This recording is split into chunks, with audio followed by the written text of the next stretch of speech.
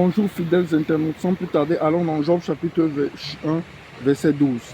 L'Éternel dit à Satan, voici ce qui lui appartient, je te le livre, seulement ne porte pas la main sur lui.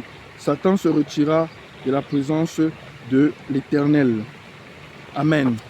Chers amis, ici il est question de l'histoire de Job. Pour retracer l'historique, Job était quelqu'un de riche, qui avait absolument tout, il avait une grande famille, il avait de grandes possessions.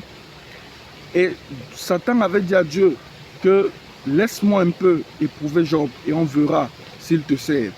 Dieu lui a donné la permission que vas-y, mais ne touche pas à sa vie. C'est ce qu'on vient de lire.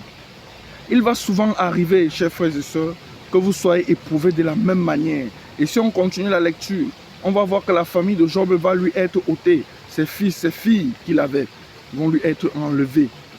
Ses possessions vont lui être enlevées également. Et il va tomber gravement malade. Parce que Satan va lui envoyer un ulcère, mais il ne va pas mourir. Ne regardez pas toujours, chers frères et sœurs, les difficultés que vous voyez comme des éléments qui expriment le fait que Dieu vous ait abandonné. Non. C'est même parce que Dieu permet même parfois cela juste pour vous manifester un plus grand amour. Et ne l'oublions pas, dans cette vie, il est question de la guerre des âmes. Parce que qu'est-ce qui était en jeu ici? C'était l'âme de Job.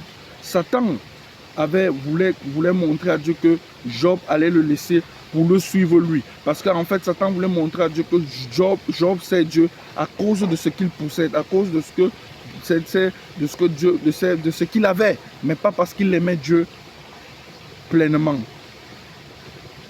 Il m'était arrivé de lire dans l'actualité ceci. Ces joueurs qui se sont fait voler le ballon d'or. Avec notre Dieu, et cela m'a amené à penser à autre chose dans la vie chrétienne. Dans la vie chrétienne, avec notre Dieu, il n'y a pas de hasard. Notre Dieu est un juste juge. Il n'y a pas de combine.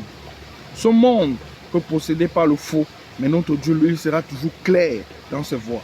C'est le message que je voulais vous transmettre tous et toutes. Soyez bénis et bon dimanche.